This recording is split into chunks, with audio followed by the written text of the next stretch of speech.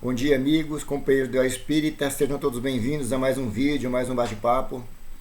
Semana passada nós finalizamos o capítulo 12, perda do paraíso, né? E vimos que a perda do paraíso é muito distante, né, do que Adão e Eva fizeram e foram culpados, e foi decorrência de tudo aquilo. Nós não podemos estar recebendo, né, punições porque Adão e Eva escolheram o mal, tomaram uma decisões erradas, né? Então Deus não seria justo, não é verdade? Tem a ver com as migrações de espíritos que não estavam aptos a seguir, a evoluir com o seu planeta que estava evoluindo. Muito bem, começamos um novo caderno, vamos dizer assim, Os Milagres segundo o Espiritismo. Esse caderno corresponde a 3 capítulos. Capítulo 13, Caracteres dos Milagres. Capítulo 14, Os Fluidos. Capítulo 15, Os Milagres do Evangelho. Nós vamos destrinchar bastante esse tema, né? Tirar todos esse misticismo que existe em termos das palavras milagres. E dentro do item Caracteres dos Milagres, ele é subdividido em mais quatro itens. Os milagres no sentido teológico, o Espiritismo não faz milagre, Deus faz milagres, o sobrenatural e as religiões. Hoje falaremos um pouco dos milagres no sentido teológico, que corresponde ao item 1 ao item 3. Vejamos, na acepção etimológica, a palavra milagre, ela vem na tradução de miraculum, admirar.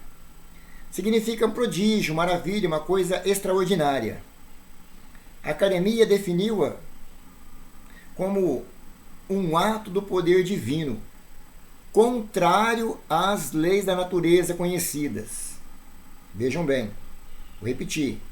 Um ato do poder divino contrário às leis da natureza conhecidas.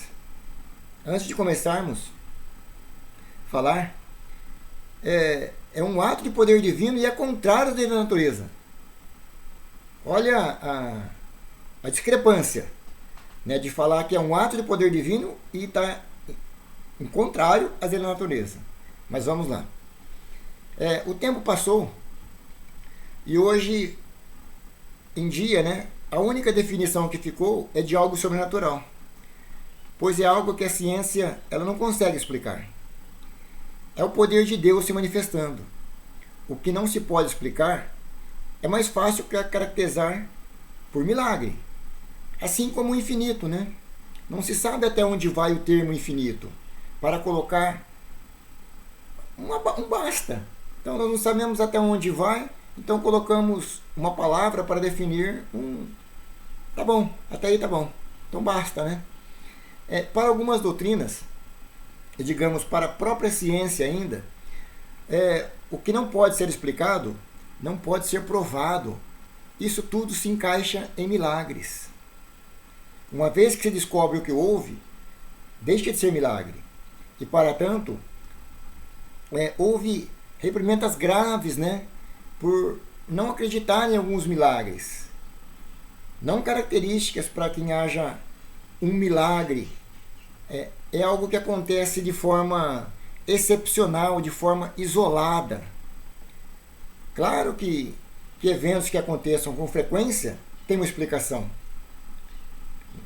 Milagres não acontecem todos os dias. Então perde a definição de milagre. Aos olhos do leigo, certos fenômenos são verdadeiros milagres, mas na verdade são eventos comuns para a ciência. Um indivíduo que morreu, foi trazido à vida, com certeza vai ser classificado como um milagre. Porém, se ele estiver com sinais vitais muito fraco, a ponto de a olho nu não se perceber tais sinais, a volta à vida para o leigo caracterizava o milagre. Já para a ciência não, porque a ciência hoje ela tem aparelhos que conseguem detectar o menor sinal vital. E já não é nada mais espetacular, pois essa manobra acontece todos os dias nos hospitais. né? Em uma pesquisa na internet, eu vi que a morte aparente é um estado que simula a morte por precária persistência da circulação e pode durar por horas. Porém, é possível a recuperação através do atendimento médico imediato e adequado. Portanto, ninguém voltou à vida. A vida não se foi. Ainda tinha vida. Pulsando muito fraquinho, mas a vida estava ali. Não tinha feito ainda, como nós aprendemos, a separação do perispírito junto com o espírito do corpo. O perispírito não havia desligado do corpo. Então, essa junção, os médicos conseguem fazer. Na mitologia grega, um dos titãs roubou o fogo sagrado dos deuses e transmitiu aos homens. Zeus, para puni-lo, acorrentou ao Cáucaso, onde uma águia comia-lhe o fígado. O fígado se regenera incessantemente, sabemos, né? Ele foi libertado por Hércules. Ele não roubou o fogo sagrado de Deus. O que aconteceu foi somente um raio, né? Hoje conhecemos o raio, para-raio, que atrai os raios, né? Quantos fenômenos aconteceram na antiguidade que por falta de conhecimentos eram taxados de sobrenatural?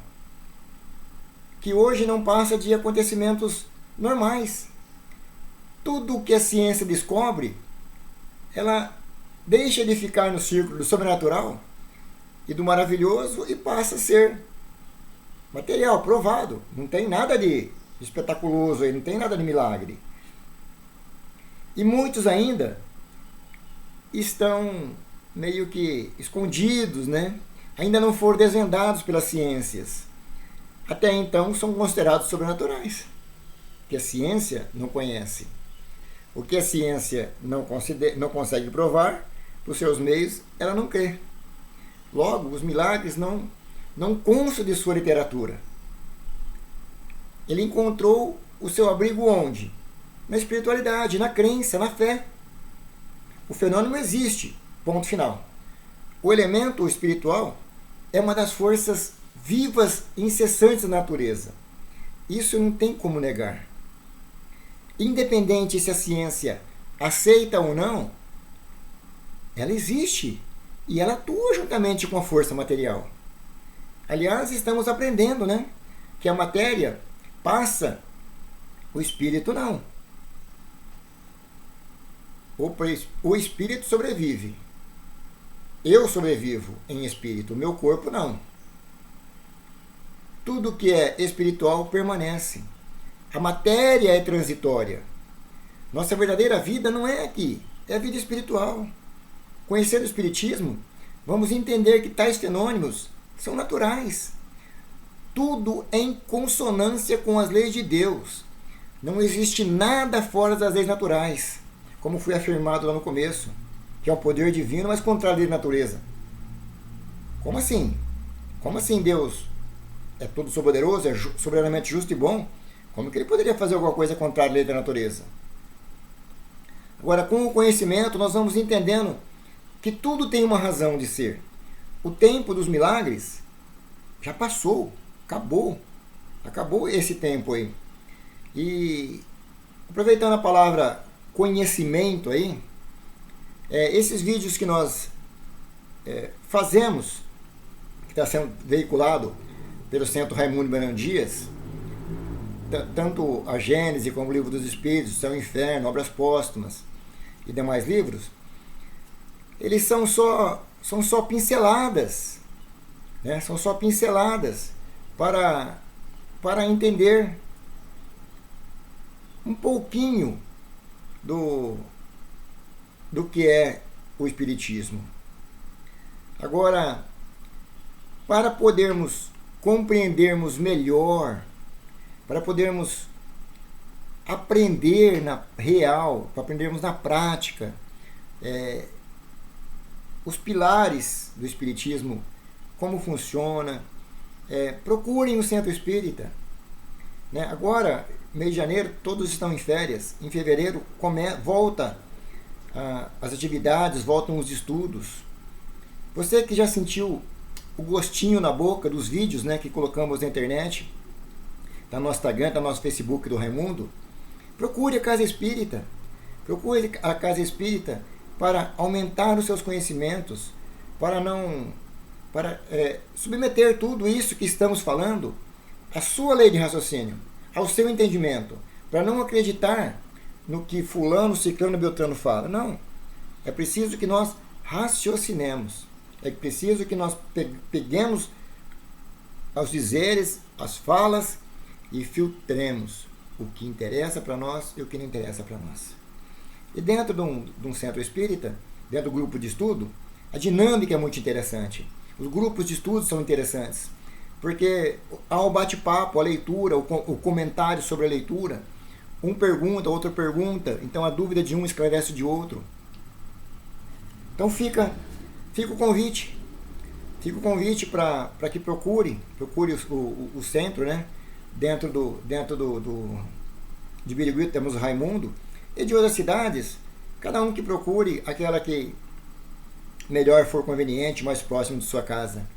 Porque dentro do centro espírita nós vamos aprender só teoria. Dentro do centro espírita nós vamos começar a entender a prática. Né?